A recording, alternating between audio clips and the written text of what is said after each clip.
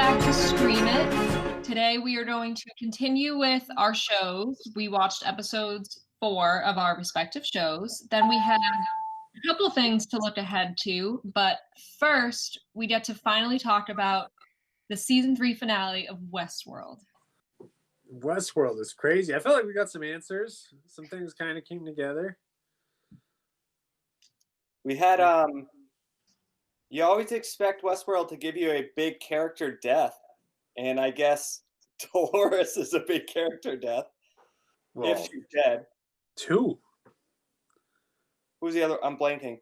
Did you keep watching all the way through the credits? Oh, No. yeah. There was a big after credit scene. Tom, this is your MO. I saw like Bernard go whoop at the end. Oh. Right, hold on. We should have texted.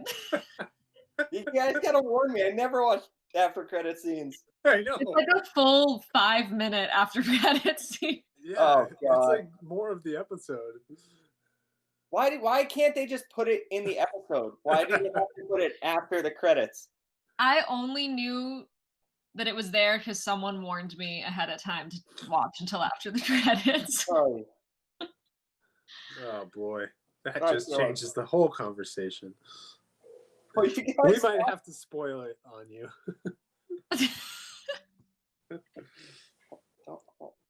Don't allow.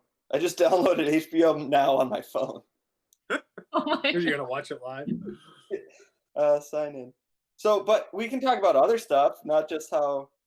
Sure, the big Dolores. Yeah. Dolores's whole story kind of went full circle there. Mm-hmm. I mean, there's so much, but So I think the biggest part, one of the biggest parts for Dolores was the whole question, the whole season of, are we on her side or are we not? I felt at the end like, yeah, I'm on her side. Like, oh yeah. Well, I think when her and Maeve finally had that conversation, it became clear what her actual motives were, and she's like, Westworld, everybody had their loops. Everyone was forced to stay in that loop and play their part, and that was their life, right? She broke that out of that mold, went into the real world, and then found out that it was the exact same thing, but for humans. And so she wanted to break that mold. And she said that breaking that, like having people have free will, there will be bad stuff. There's going to be like sad things that'll happen, tragedies, blah, blah, blah. But there's also so much kindness and beauty. And she chooses to see the beauty. And this was her whole conquest, was to like, when she realized that the real world was pretty much the same as Westworld and people were limited in what they were able to do, she felt like she had to free everyone, hosts and humans, and have the world have free will and see where it goes, choose their own destiny. So that was, I guess, kind of a big storyline come in full circle there. Well, what was interesting about Dolores at that point was it went in looking like, oh no, we aren't on her side. When they showed that what happens, it's human existence gets erased and like the hosts take over. Yeah. So you're like, oh, so we weren't on her side. She was the bad guy. Wait a minute, Sirach is a good guy? I felt like I didn't want him to be a good guy. And then they made that little change, or they flipped it again with that simulation that you were talking about with Maeve. Yeah. It was just cool how they did that. And then I feel like I got some clarity on Maeve, where she was working with Sirach because she wanted the encryption key to do they call it the Sublime, or like? yeah, they did. The happy place where like all the hosts went. Mm-hmm. She wanted the key to that, which Dolores had, and they both, like, their interests aligned because Sirach wanted it for whatever, the information, the data, I don't know. And Maeve wanted it to meet like her daughter, and she wanted to go there, or whatever.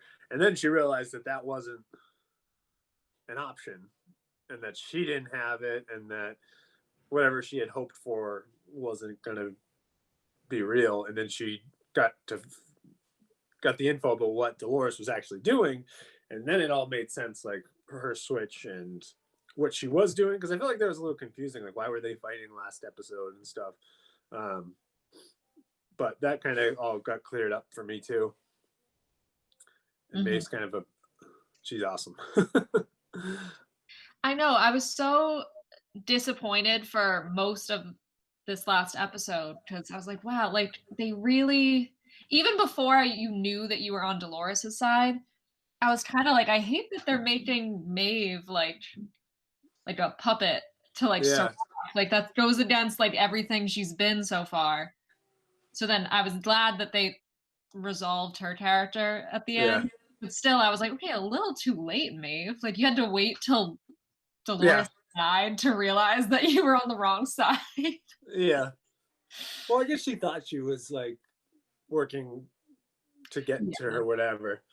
But yeah, they were pretty on the nose with that because they were like, he was literally said, it was like, you're my puppet or whatever. Yeah. And then like 2 minutes later, she like fried his little hand thing because she's like, you can't contain the Maeve. And he was a puppet to Insight too. It was like in his head. Oh yeah, that was crazy. So that to me was, he like didn't want, know how when Caleb and Dolores went, they were like talking to it and it was answering? He found a way to have all the answers, so he seemed, it to me, what I took it as is he wanted to seem like he knew what was going on, but it was really Insight just telling him directly into like an earpiece. So not so much a puppet, but he wanted to seem like all-knowing. Yeah. Yeah, that makes sense. Yeah, because he was like the human figure. Right, exactly. When I saw that, I was like, okay, well, Caleb and Dolores were able to talk directly to it. He's figured out a way to make it so it seemed like he can just tell. It's like he was always able to be like, well, look what happens to you. This is where you go, you know? Yeah. So it was cool too. Once he got like kicked out, his whole character like fell apart. Like it was quick, but he was like, "What do I do? What do I do?" As it was like fading away from that scene, and he was like completely lost without, because forever he had just been like taking orders from that thing. It's crazy.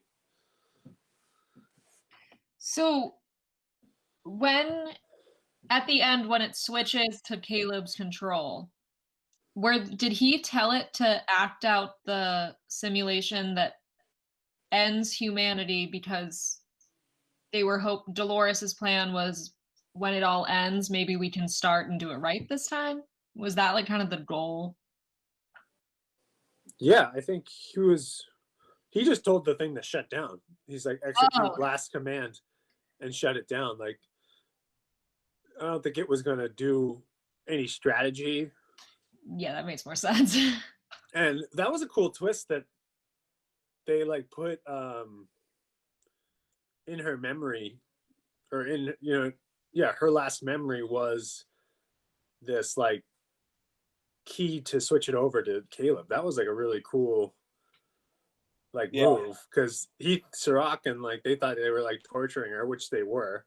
Which, by the way, if you watched like the after credits or like the inside the episode, another reason Dolores's thing went full circle is in the park she started to like regain her memories, and then like became aware, and that was like her whole thing. And literally the form of torture that they chose was like deleting her memories. Yeah. And like at first I was just like, oh, like they're deleting her memories, that kind of sucks, and like she's getting like power sucked from this machine or something. But to like, they said after the episode, they're like, if you don't have your memories, like what's the point of living? If you don't know where you've gone, what you've seen, what you've done, who you love, like what's the point, And for her to become aware and then literally get everything like deleted is like, whew. Pretty crazy. That's a pretty crazy It's like full circle there. Like, way it's to like die.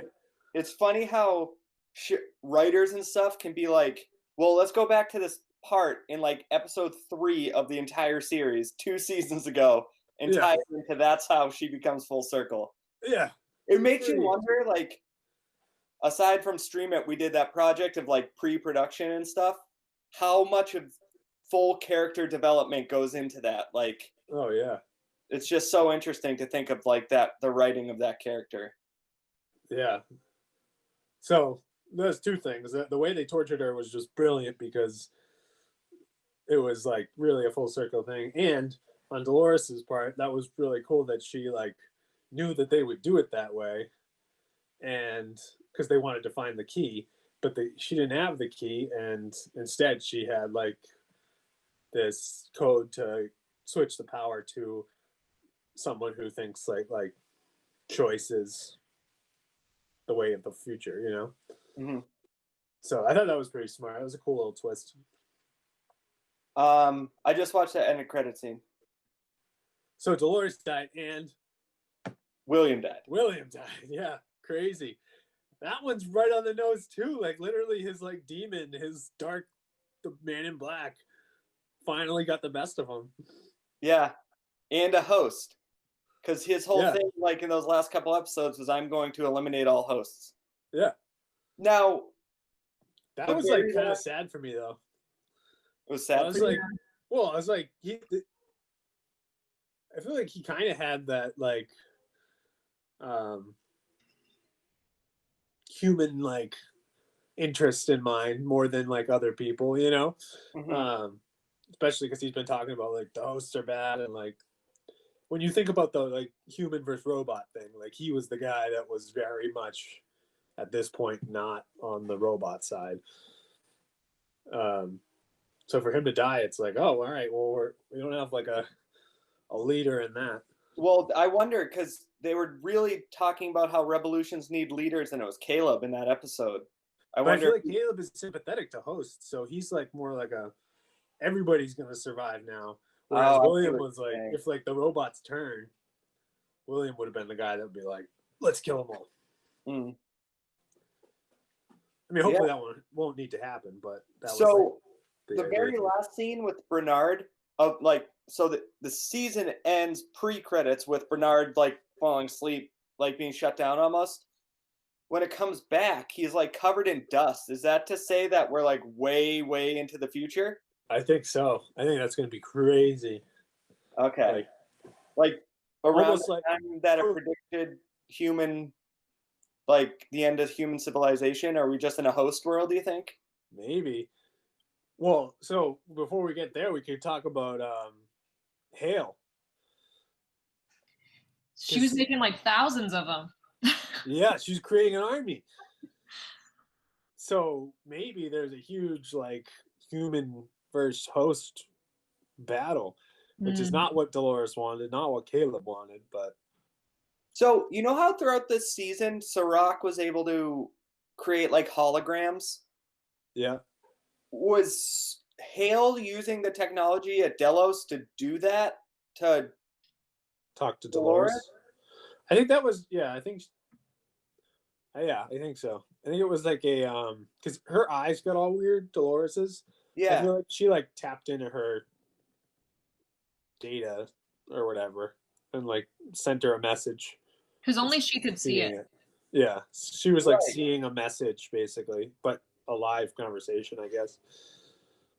Because I also didn't know what happened when the second time that Hale appears to her like that is during the Maeve fight, and then Dolores kind of like shuts down and like freezes. And then, that's how they captured her. But like, did Hale do that? I think she did. I think she like tapped into her brain. Okay. And that like both times, and like had her do the message the first time, and then So Hale's crazy. I don't know if this was in the after, like the inside the episode thing, but Hale and Dolores, at the beginning of the season, were kind of started in the same place, and like the motives weren't like super clear what Dolores's plan was, and then it kind of ended up that Hale took the version of Dolores that was like, hosts are going to rule the world and I'm going to extinct, and Dolores went the route that like, I want to see the beauty in everybody. Mm-hmm. And just have pretty much like the same character start in the same place and then like go through different things, and it ended up that Dolores took the one road that she did, and Hale was like the bad guy version of Dolores, which is kind of cool. Mm-hmm. It was also cool that Dolores said like, everyone's a copy of me in some way. Yeah, that was cool. Yeah, so that just kind of further proves the point that like, it was just how that they were like the same, and then ended up good guy bad guy almost. So that was cool. I thought it was also cool that in the beginning you see another flashback to Caleb's life when his like unit practiced like rescue missions like in one of the parks with the hosts. Yeah. And you see like the start of what looks like they're all gonna like abuse the host that they saved. Yeah. And it leaves it on that. So you think like, oh, Caleb, like this is another flashback to him being a bad guy, and that's why she chose him, like she's punishing him. And then at the end when he's like, oh, why did you choose me? And it shows the end of that, which is like he saves them and is like, no, like we're good guys, we can leave. And yeah, Dolores we're not those rich. Yeah. Yeah. We're not those rich like bad guys. So I thought that was cool. And that was also like the one of the first times that we saw her being used in a different thing other than Westworld. So like she was used all the time. Right. I thought it was interesting, like when Dolores was fighting at one point, she was like, no, I was the first one. I was the first one that worked. You guys were all created from me. And that's why that was like her justification of doing everything. Like she was the original. She was like the Adam. If you're like the or first. the Eve. Well, yeah, but Adam was first. I get what you're saying, but Adam was there first. But that was just a cool little wrinkle. Like she's been around forever. You understand that, but like this was the first time they mentioned she was like the first host. Yeah. Yeah.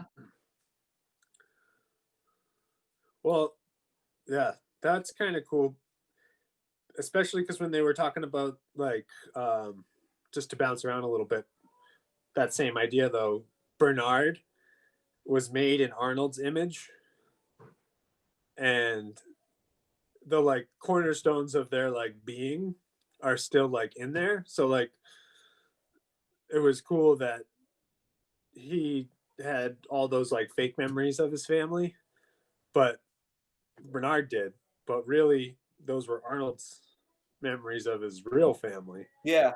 Was that his wife? I think that was, yeah, I think that was his wife, right? Yeah. He would have been much older because they were in the future, and him and Ford created it. And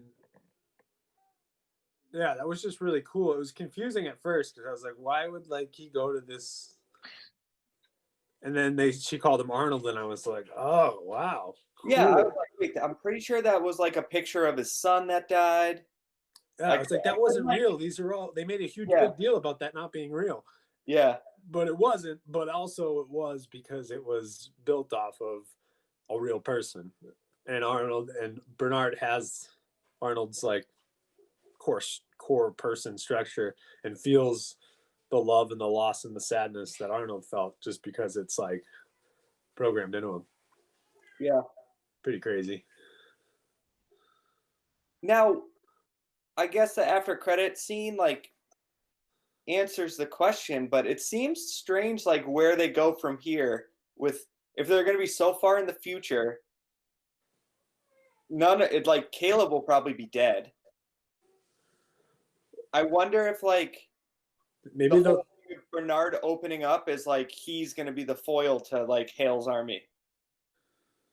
Because there's 3 more seasons of this. So Imagine if they just don't go back to that Bernard in the future thing, and it's just like the last season. Here's medieval Westworld. Yeah. Like, let's just basically start over with all the same characters in medieval times. Yeah, so it'll be cool to see how basically they left it with like the world is burning and like gonna burn down and then restart. Are you talking about the complete, absolute, basically shot-for-shot ripoff of the end of Fight Club? Was it? Concept? Yeah. At the end of Fight Club, they like blow up banks and they stand there and watch and say like the world's never going to be the same. On a bridge. I was like, this is Fight Club. They changed the music. Yeah, pretty much. But it was cool that like the whole season was about choice and stuff and like freeing people, and then that was a cool way to like end it. And now, yeah, they're teeing up like a world of chaos and like rioting, an army of hosts potentially. Yeah. And then whatever Bernard's found in his head. Yeah, that was strange. What do we know what that was? Was that like getting into the server, or? I thought it was because he has the key to the Sublime, right? So he had the key. That's what at the very end, the last scene pre-credits, he mentioned a key, and I was like, oh, she gave it to Bernard because they're attached. Like he felt that she was gone. Yeah, she said that she didn't trust it in herself and right someone she could. Yeah, so that's why, but it kind of like throws you off a little because then Caleb executes the final order, and I was like, oh, I guess Caleb had it. And then Bernard says the key thing, and I'm like, wait a second, does Bernard have it? And then he shuts himself down, and for me, she had a code to flip the control of that thing to Caleb. Right. Yeah. And then the key to that, whatever that data was or whatever was, she put in Bernard. Mm-hmm. So it really seems like it's setting up that Bernard's going to lead the war against the host. Yeah, I think there's more to with all that because I thought that they purposefully had Bernard in the hotel with Chubbs for like a very specific reason. Stubbs? Did you watch Happy recently? Stubbs, right? Because they needed him to like, I'm gonna save the world. He was like saying all these like very pointed things in that scene. Like, I'm gonna find the answers in this like simulation thing that I'm gonna go look at in my head, or like how to save the world, what it looks like after the world is gone, like what, you know what I mean? Like, so I think there's going to be a lot of that to come in the next couple seasons. What, like this virtual world, maybe, where like, I don't know. Watch the aspect ratios. Yeah, right. Yeah, I did notice that this time. So I don't know. They've done it again. Pretty well written. Good twists. Like they did tie up a lot of stuff. It was a little confusing to follow per usual, but it's always smart. Confusing, but at the end you're like, oh, okay. Yeah. Mm-hmm. You're always like fine with it at the end because you're like, I get enough of it now. Right. There's like some frustration while you're watching it where you're like, why are you just trying to confuse me? Yeah. But then at the end it always seems to like tie into a nice little bow, but also leave a thread for the next season. Exactly. Mm-hmm. And I like how they like, it is very smart how they do things. Like there's a good twists with like Caleb getting control, and like it was very smart to have Dolores's memories getting deleted when her whole arc was to remember. And like, I don't know, they do a good job with writing and storytelling and then having those twists. So definitely unique in that way, this show. Yeah. I thought I didn't like the season that much, but now I'm not. I kind of did. I mean, I liked it, but I was like, this is like not Westworld. And then Yeah. Well, I feel like it had a now little bit more Westworld than I realized. I think I liked this one a little more than 2, but not as much as 1. Oh yeah, 1 was great. I think it's just something where they had such a good thing with the park. They could have probably just kept everything in the park. Yeah. I remember watching season 1, you almost like got a little desensitized off the bat because you're like, how do I feel about like this like world where nothing matters and like no risk? Like, I don't know. It's kind of a weird look at like humanity when there's no consequences of what you do. Like, it's kind of scary. Yeah, like the whole question of like, what will people really do if they think no one's watching? Like, yeah. Or like, would you like go and be a cowboy and like shoot someone, even if it is a host? Like, I don't know.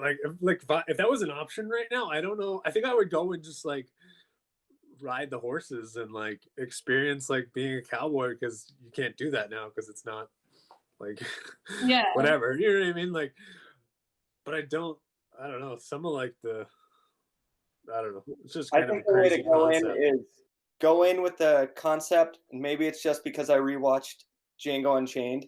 Go in with the concept of being a bounty hunter and find bad people that have done bad, and that's where I you guess so. I mean, like I play like shooter games and like video games, and it's fine. Yeah, but you're not. But that's like animation. Well, I know, right? But I'm just. This is pretty much. Where's the line? Is it? Yeah. If you went into this game that is a park and like the hosts aren't going to really die, you know what I mean? Apparently they get consciousness and then become real humans, basically. But I don't know. It's just a complicated concept, and you don't get as much of that in season, like as the seasons go on, because it's kind of wears off. But so like that whole thing about sticking in the park. How cool was it in the last one where in season 2 where they went to like the jungle and there was a huge tiger, and then they went to like the samurai world? It was like in this one, like the Nazi occupied world, it's like there are so many ideas and timelines that you could have stayed, but you can't do the same story, obviously. But it's just like a cool concept. yeah. Well, maybe they'll. I don't know. Maybe it's like creating new, like the army. Maybe it won't be an army. Maybe it will. I don't know. But like, maybe there'll be another like Westworld typey concept. I don't know, with the army that she's creating, all those people, you know. It's like the real world will be like future robot world. But anyways. Yeah, who knows? This might come out in like 2023. Yeah. I know. I mean, it'll definitely be a long time. That's the weird part of with every show ending right now. Is like you get so excited at the end of all these like seasons that are coming out right now, and then you're like, well, when am I going to be able to even watch this next season? Yeah. These people aren't working either. Like Stranger Things, I was thinking about this the other day. By the time they're able to start filming season 4, half of those kids are going to be like 19. Finn will be like 7 feet tall. Yeah. Mike will be 7 feet tall. They're going to have to like rewrite like the setting that this takes place in. Jeez. Yeah, but it'll be interesting to see where they go and in what year in real life and in the show. Yeah. All right. Do we want to jump to our TV shows? Yeah. I think we're back to Cam. You start. Yeah. Are we? Nice. All right. Barry season 4, episode 4. Season 4, that'd be impressive. That's a lot of watching. And it doesn't exist yet. Oh. Sneak peek. So Barry is still struggling with human connection. He thinks that he's dating Sally at this point, and buys her like a laptop as like a gift, and he gives it to her, and she's like, "That's like 3 months of my rent. Like, what kind of gift is this?" And what else is going on? So he's struggling with that. Fuchs made a deal with the I always forget what they are. Chechens, yes. For Barry to basically like do a raid on like a stash house, in exchange for like their freedom, which Barry doesn't want to do and is working on being more demanding because in his acting class he's too much of a pushover. So he tries to not do it, and then Fuchs kind of threatens to blow up his spot at the acting class. And what else? So I watched this last night right after Westworld, so it was like a lot of consumption. Some of Barry's he was in the Marines, and some of his like friends from the Marine back in the day like came to one of the parties that he was at, and I'm thinking they might join forces on this raid because one of his friends like found the like documents for the raid and was like, whatever this is, I want in. So we'll see if he might be like joins forces on his hitmanning. And then I'm trying to think if there's any other big plot points. What's going on with Gene Cousineau? Oh, so he told the investigator, the detective, that he had some information for her, and then basically took her on a date. So that was funny. Is that where? Sorry, go ahead. He's just a wild man. He's funny, just the way he talks, and like so dramatic all the time. And is that when good, he like holds the napkin up and pulls down and he's crying and he goes, "That's a teachable skill." It's a teachable skill. That's what I mean. He's got like all these little like dramatic things. Oh my god, I love that. He's so good. Like, there's a lot of those little I don't know, in the writing, they're like sneaky jokes. Yeah, I can't always recall them like that one, but like during the show, I like laugh at it, but then I forget because it was like so subtle and not like part of the. So overall, it has been kind of like funny and lighthearted in that sense. Like it has those jokes, but like the concept is still a little bit like he's leading a double life and like trying to figure that out. So yeah, it's been pretty good. This episode was kind of slower, I think. Did the Marines like get super drunk and aggressive at the party? Yeah. So they showed up and were like, he brought them just because he like Sally made him a Facebook and he reconnected with some of them and then was like, hey, come to this party at my friends or whatever. And then they're like roughhousing in the house and like all this stuff. Yeah, so. I remember this was like one of the first times, and maybe it's just because I was like getting older and mature, but it was one of the first times like watching a show I was like anxious that they were going to do something that like blew up his spot. I was like finding myself so invested in the character that I was like, oh god. Yeah. Like yeah. Well, but that's then, also like, right after that, that's when they like find out that he's doing something. So yeah. Plus, he's like flashing all this money around, and they're like auto parts. You get all that money from doing auto parts, so oh yeah, it was kind of a good setup for,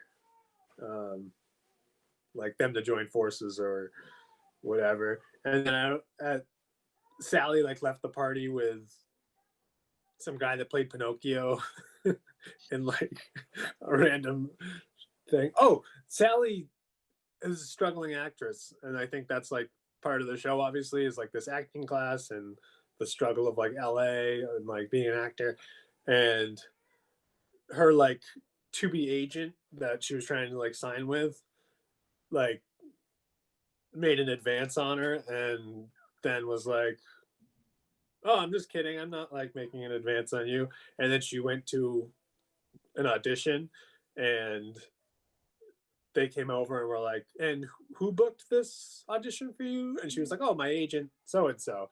And they were like, no, he didn't. You're like, he's not, he said, we called, he said, you're not your agent. So she thought he was like joking but really he like either wanted to be with her or doesn't want any part of her. So yeah, just another hardship of being an actor and a female actress. So that was it was a good way to show like that struggle, I guess. But so and then yes, so she's not, you know, put off a little bit by Barry's kind of intensity, and then she leaves with somebody else, so he's all confused. And now we'll see what happens with the raid, Sally, and everything. That's kind of where I'm at. cool. Any show that gives like the inside look to how Hollywood really is with like casting agents and stuff like that is always so like horrifying, even though you hear about it.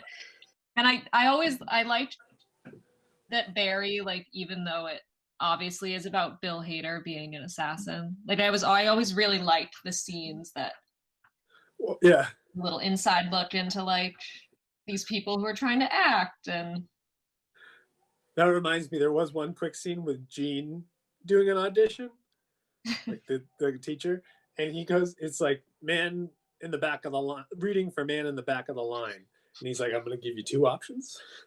Which one? He's like, hey, we're in the back of the line. And then he's like, second option, hey, we're in the back. Like, and he does it again, like something. And then he's like, all set, and he walks out. Like, he's like, all right, we'll be in touch. And it's just like, what is? Oh my God. Yeah, the Henry Winkler part is so funny to me. He's so like overly confident in everything and like dramatic about it. So it's pretty funny. But yeah, I can go if that's all right. I forget how the rotation went, but Me yeah, too. you're up. So it starts with Gus and his friends having a party where they are making up ironic theme songs for movies. Oh yes. And it's like perfect storm, and that's like they start there, but then it like goes to Mickey and Birdie getting ready to go and goes back, and now it's a full-on song about like, hey Clooney, don't get Bob Dylan-esque. But then Mickey decides to text Gus and be like, oh, I'll bring Gus, he seems like he'd be fun at a party. And so she texts him, and Gus is like, guys, you know that girl I'm kind of talking to? And he's like wanting permission from his friends, but he's also like walking out, putting his jacket on and stuff. And they're like, get out of here, go, have fun. And she said party starts at 7, and he gets there at like 6:42. And the husband and wife of the party are having like an argument. And he's like, so awkward. And they're like, not even close to ready. I still have to clean up the patio furniture. And he's like, I'll do it. I'll do it. And he goes and cleans up the patio furniture. And then Mickey's late to the party, so just like kind of wandering around. And there's a guy letting people tattoo him. And he tattoos a mole on his back, a circle around it, and he writes sarcoma. And the guy's like, what does that mean? Oh, it's like cancer. And the guy like freaks out. Like, and Gus like, I'm sorry, you said do my personality, and that's it. Like, it's not real cancer, it's a joke. Then Mickey shows up, and she, over the course of the party, gets in a fight with two of her exes. The guy that we saw at the beginning, but then another guy. Gus is turning into kind of the life of the party. He starts playing music, and he's flirting with a girl that was also giving a tattoo to the guy. They were like kind of hitting it off. And because of that, Mickey said she would be the designated driver, but she gets drunk. And she's like, what's going on? We used to be such a party crowd. let's all jump in the pool. And then Mickey like gets up on the roof and jumps into the pool and does like a straight up belly flop and like knocks some wind out of herself and all this. Oh God. And at that point, Gus like goes over and like helps her out of the pool, and the girl he was hitting it off with just like realizes what's going on and leaves. And then Mickey, Birdie, and Gus are sitting in the bathroom at the end, kind of like helping Mickey, and she's like, you two are like two of the nicest, best people I know. You two should go on a date. And it's like, oh, and then the episode ends. I love that. Right. It's just some of the stuff, some of the like coming up with we ironically write themes for songs. It's for movies. Oh yeah. It's like so ridiculous and goofy. Hilarious. And then there was a whole scene where Mickey or Birdie was like talking about how she's a test group like person. Yeah. And it was obvious that she was like flirting with these two gay guys who were kind of a couple or maybe. And one's flirting right back, and she totally like misreads the situation. Like one of them outs the one she's flirting with. And it's just like really, really funny, witty situations that are like awkward but kind of wicked funny to be on the outside watching. It's really good. Yeah. Isn't it cool how Mickey is like an awesome character, but she's kind of a hot mess? But she's kind of like, I don't know, you can see like at the end, it's like obviously she's hitting it off with Gus like a little bit. And then she's like, oh, like you two should go on a date. She's like self-detrimental, you know what I mean? I don't know. It's just like a crazy roller coaster to be on. She's like a perfect like character that, and this is like a thing everyday people deal with. It's like I show confidence, but really I don't have it, and I like am self-conscious and worried and like stuff like that, and like I know I'm a train wreck. Right. I feel like you're right. on. Yeah, a lot of people like struggle with that. I feel like you almost maybe know people like that. And then you've got like Gus on like the goofy awkward, and it's almost like turned up a little bit. So you're like, wow, like that's so much. But like both really good characters, and those are kind of their like through lines. And it's just really adds to the show, I feel like, because they do such a good job with like nailing those two concepts. And then Birdie is just willing to like forget, like there was nothing really to like forgive in this episode, but like anything bad that Mickey's doing, she's still just like, yeah, like we're roommates, we're best friends, like sure, it's all right, I got you. Yeah, in reality they've known each other for like 4 days. Yeah. It's really funny. It's funny because like Gus is like this awkward weird guy, like you were saying, but actually is like so okay with himself, like tattooing cancer on the guy's back. He's like, no, I'm just like, I have a weird sense of humor. I'm just like, it's. And then when he like started to get a little drunk and flirting with the person at the party, he was like, I know the guy just needs to lighten up. It's a joke. Like tattoo pizza on his chest. I've never seen that actor before, but he's like awesome. Yeah. Well, I think that the character development in that show is definitely one of the highlights, and just like really makes it. He's also one of the writers and creators of the show. Oh, is he? Yeah. Oh. He's Paul Rust. Is his name. So he's in like all the credits the whole time. It's like Judd Apatow, Paul Rust. I did notice that, you know, John Slattery, he's the white-haired guy from Mad Men. He looks like he's like 70, but he's not that old. He directed it. Oh, wow. And then I went into it, and he's directed like 3 or 4 episodes of that. He's directed some Mad Men, and I was like, oh, wow. I had no idea. It's also interesting to see him because he's like, the parts that you always see him in, he's very serious. And for him to direct this and have like directing the Perfect Storm scene or the jam band at the party where he's like, yeah, just a couple more verses. It's just interesting. Jam band. Uh, I love when they are jamming out at the party and it has been going on for like several scenes, and at one point Mickey's like, "How long is this song?" Seriously, sitting on the floor listening to music? Like freaking out at all the people she used to party with. oh god. Yeah, again, just keeps like I've not been disappointed 1 minute with the show. So Silicon Valley, it starts with Richard going to see a lawyer that Peter set him up with. That's very much like he looks like what like a frat boy kind of looks like now. Like he has like the long hair and he's just like feet are up on the desk and he's like, "Hey man, like what's up? Like Peter set me up with you." And he's like playing an electric guitar the whole time that they're talking. But basically Richard needs to like set up a vision of what Pied Piper is going to be, and he needs to meet Peter soon to do that. And he realizes that he has no idea how to describe what Pied Piper is. It's like when you've known something is in your head just described as the weird thing. How am I supposed to explain to someone what the weird thing is when for me it's always been the weird thing? And everyone's Dinesh and Milfoil were like, like we gave up our apps to come here and like help you. Like it would be great if you knew how to describe your company. Then let's see. We see the big head is on the nucleus team at Huli now, and they realize that he's completely useless. So they remove him from that team, but then he's at the HR office and he's like, "So what am I going to do when I come into work tomorrow? Am I laid off?" And they're like, "No, you still have like 4 more years with us."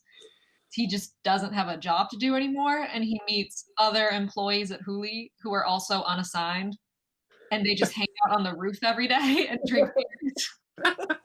They're like, "Well, we all have like 5 more years, so we can't look for new jobs." They just hang out. Let's see. The Pied Piper team goes to a toga party that's thrown by Peter Gregory. Flo Rida is the musical guest. Oh yeah. And at one point, Peter Gregory comes on the stage, and Flo Rida like introduces him, and he's like, "Yes, thank you, Florida." And then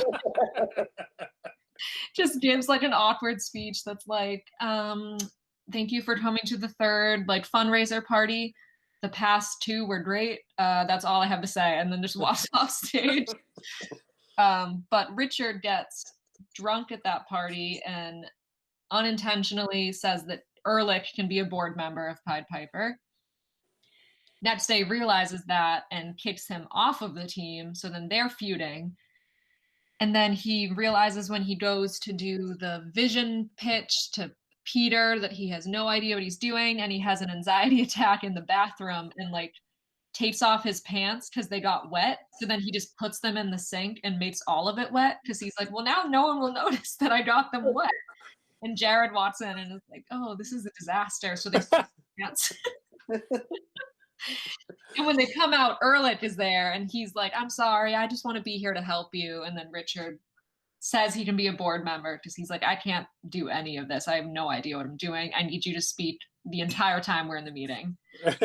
And he's like wearing Jared's pants when he goes in. So they're super baggy. And Jared has Richard's pants on that are like up to the knee. And he's like, "I'm going to stay out here because I look ridiculous." Let's see. And then the last little thing that we find out when they're leaving Peter's office, because they crush the pitch, Ehrlich does, and they see a picture framed of Peter and Gavin from Huli together when they were younger, and they're like, "Oh, are you guys friends?" And they're like, and Peter's like, "Oh, I thought we were." So obviously there's something there. Yeah. And then that's where it ends. Nice.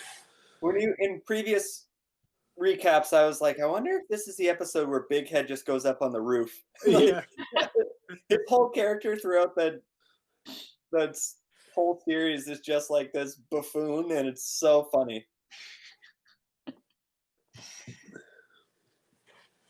And then I'm trying to remember any. Oh, there's also like after the Toto party, Jared is just so upset that he wasn't invited.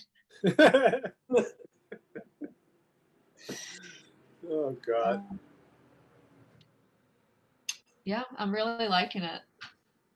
Just the whole character of Peter Gregory is Oh yeah. insane. Yeah.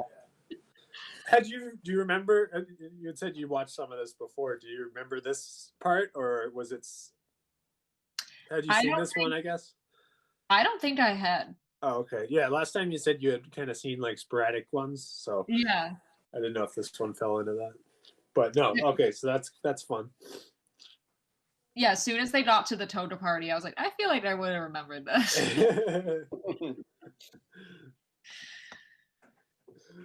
Good stuff. Yeah. Yeah, that show is much like to a higher degree because I think it's more of a comedy than Barry is. But yeah, there is so many times where it's just like they throw the one line in and you like laugh in the moment and then like you recall it and you're like, oh yeah, that was hysterical. yeah, That's the kind of writing that show has. yeah. Like there's a whole part when Ehrlich filmed Richard at the party when he's like blackout drunk and is saying he can be a board member. So it's all footage from like a camera at a party. And at one point, you just hear Richard be like, "You complete me," and Ehrlich's like, "Don't ever say that to me again. I swear." To the next part.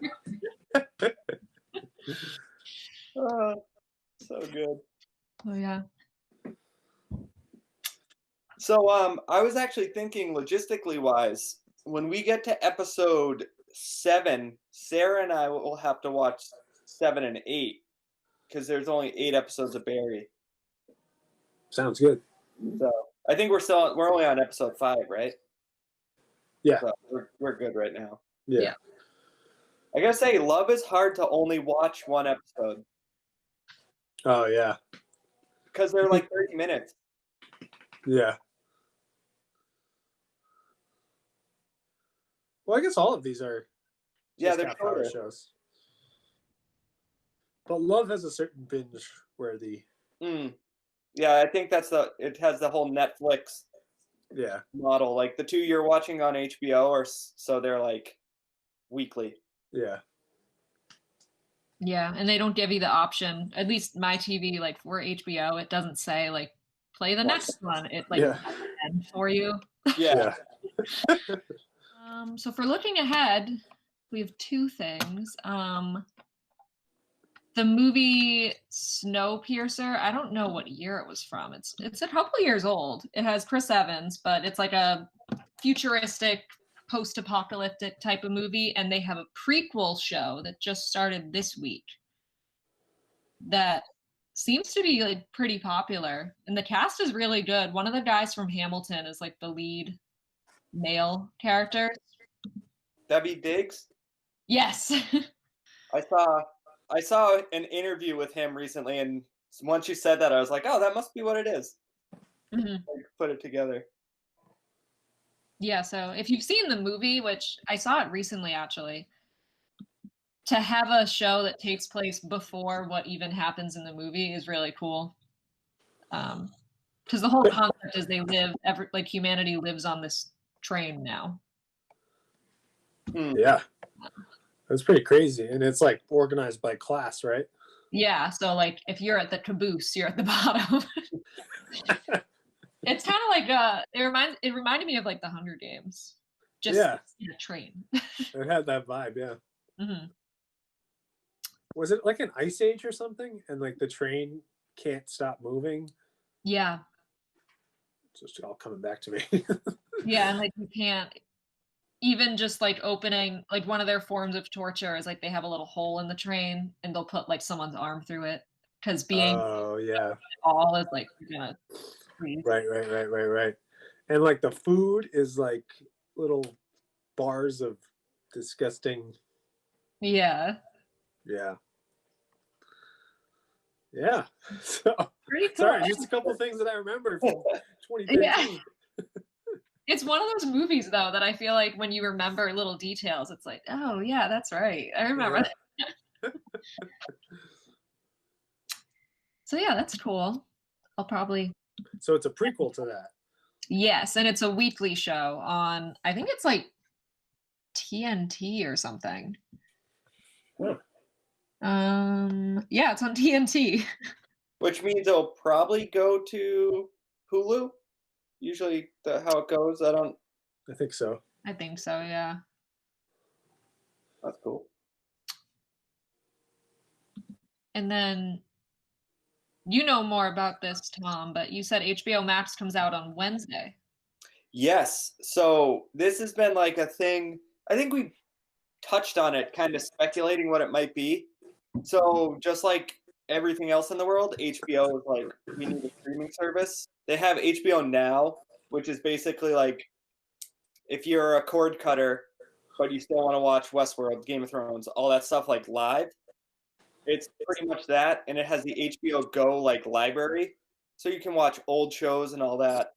But HBO Max is like blowing it out, and it's gonna have every HBO original series. And looking it up, it's gonna have over 600 TV shows, or 600 movies. So it has all of Warner Brothers like movie library, the Criterion Channel, which is like old Hollywood, and then it's still gonna get like feature film. Like now HBO like gets like Joker just went on, so Yeah. like those main, like those big movies, and it's still gonna do that, and it's just like a complete streaming service like Netflix or Hulu, like anything like that. It's expensive though; it's like $15. But I think the thing is, it's still going to show like Westworld Sunday night at 9, so you can watch it Yeah. live. So it's just an all-encompassing HBO streaming service. Pretty cool. Yeah. So I mean, you're probably still good with HBO Go if you're like maybe mooching off a parent or, you know, which I did for many years. But it's the way it's going to be like just this incredible film and TV library. Like Friends is going to it, and they're going to do a Friends reboot, I think, or reunion. So it has all of Looney Tunes. It's just like it has all this stuff. That's pretty cool. So is yeah. HBO Go the one that you get if you have like the cable package? Yeah. Right. Okay. And so basically right now, if you have HBO Now, you just it's gonna morph.